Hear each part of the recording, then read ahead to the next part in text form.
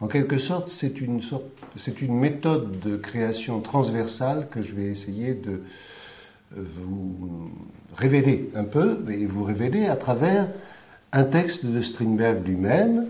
C'est un texte qu'il écrit en France et en français en 1894 et qui s'intitule « Du hasard dans la création artistique ».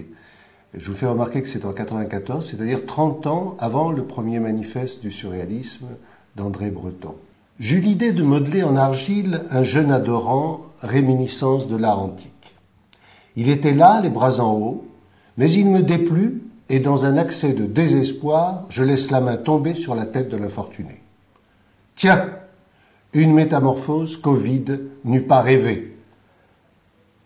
Sous le cou, la chevelure grecque s'aplatit en guise d'un béret écossais qui couvre le visage. La tête s'enfonce avec le cou entre les épaules, les bras s'abaissent en sorte que les mains restent à la hauteur des yeux cachés sous le bonnet. Les jambes plient, les genoux s'approchent, et le tout est transformé en un garçon de 9 ans pleurant et cachant les larmes par les mains. Avec un peu de retouche, la statuette fut parfaite. Cela veut dire le spectateur a reçu l'impression voulue. Après coup, et dans les ateliers amis, j'improvisais une théorie pour l'art automatique. Lorsqu'il parle d'ateliers amis, on peut penser à Munch, avec qui il est effectivement ami et qu'il fréquente tant à Paris qu'à Berlin dans ces années 90. Alors, ce qui me paraît très intéressant, c'est cette théorie, au fond, de l'écriture automatique, de la libre association. Après la crise psychique d'Inferno, de ces années 90 justement, Strindberg accomplit une sorte de mutation dans sa dramaturgie et il va justement procéder dans des pièces qu'il appelle jeux de rêve, comme Le chemin de Damas et Le songe, par libre association. Je fais la peinture à mes loisirs. Afin de pouvoir dominer le matériel, je choisis une toile, ou mieux un carton médiocrement grande, que je puisse achever le tableau dans 2 heures ou 3, autant que ma disposition dure. Une intention vague me règne. Je vise un intérieur de bois ombragé, par où l'on aperçoit la mer au soleil couchant. Bien. Avec le couteau appliqué pour le but, je ne possède pas de pinceau, je distribue les couleurs sur le carton. Et là, je les mêle afin d'obtenir un à peu près de dessin.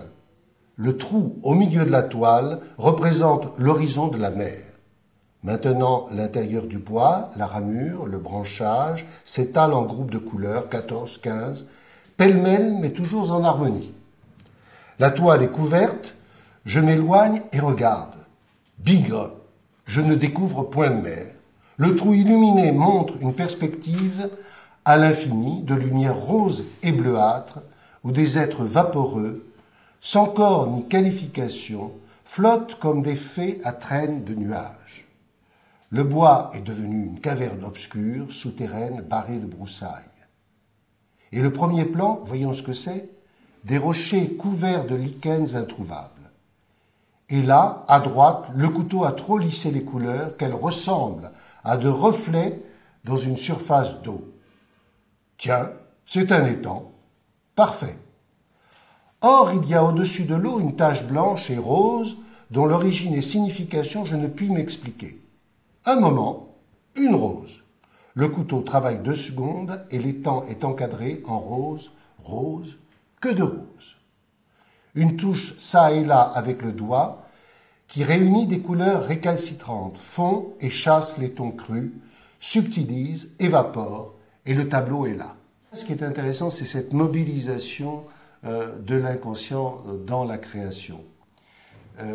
D'une certaine manière, on a beaucoup dit que le théâtre de Strindberg, et c'est vrai, est un théâtre de la confession dramatique, à l'instar du Faust de Goethe, par exemple. Ce qui est important, c'est qu'effectivement, on pourrait parler d'une sorte de dramaturgie tournée sur soi-même, à la première personne, de dramaturgie de l'autoportrait. Alors, ce qui est intéressant de savoir là, c'est que les autoportraits existent aussi chez Strindberg en photographie. Il a inventé très tôt un dispositif de retardement qui lui permet de se photographier lui-même. Alors ce qui est intéressant, c'est que c'est toujours des autoportraits, soit en couple, soit avec ses enfants, soit seul.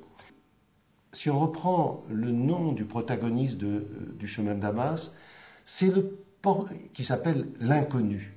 Eh bien, ce que Strindberg essaie de capter dans ses autoportraits photographiques, dans sa peinture automatique, pourrait-on dire, et dans son écriture onirique, c'est en quelque sorte l'autre en lui-même, l'inconnu en lui-même. Une dramaturgie qui est personnelle, qui est à base d'expériences personnelles, de récits de vie personnelle, mais en même temps qui cherche à capter en lui-même, on pourrait dire, l'impersonnel, le transpersonnel. Un homme qui est tous les hommes, comme dirait Sartre.